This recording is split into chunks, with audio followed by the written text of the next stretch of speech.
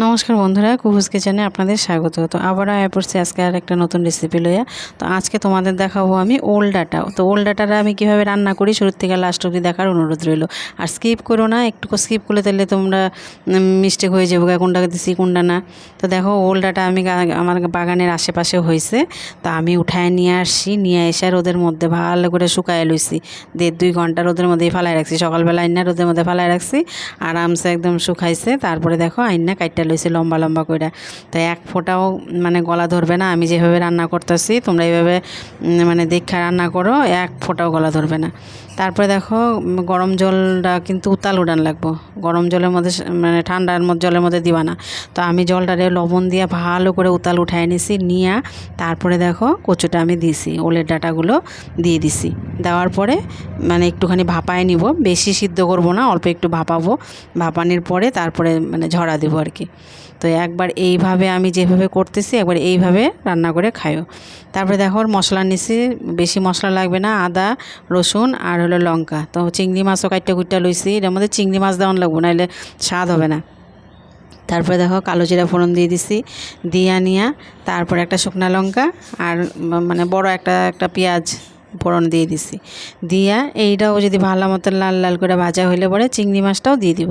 চিংড়ি মাছটা আগের থেকে আমি ভাজি নাই, এই তেলটার মধ্যে দিয়ে দিছি, সোমবারের মধ্যে দিয়ে দিছি, যাতে টেস্টটা আর একটু বেশি ভালো হয় আর কি।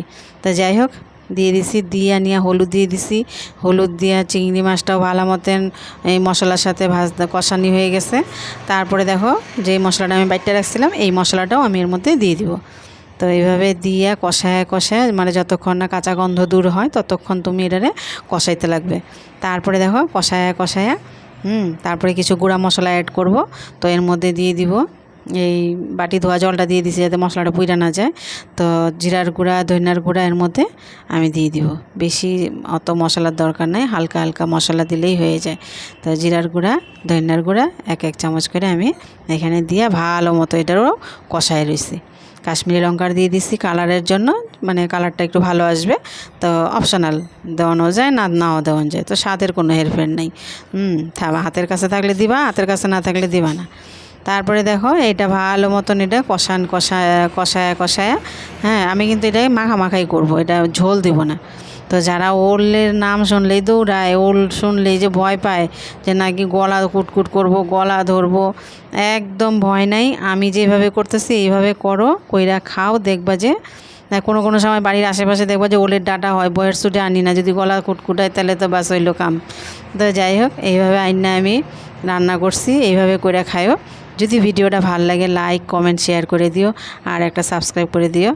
তো এই যে আমার দেখো সুন্দর করে ভাজা ভাজা কইরা এটার একদম শুকায় এলানি লাগবো, যাতে ডাঁটাগুলোর মধ্যে এক ফোঁটাও জল না থাকে। সুন্দর করে আঁচটা ধিমি কইরা একটু সময় নিয়ে করবা। তো এই দেখো হয়ে গেছে আমার ওল দিয়ে চিংড়ি, ওলের ডাঁটা দিয়ে চিংড়ি। তো শেয়ার করে দিও।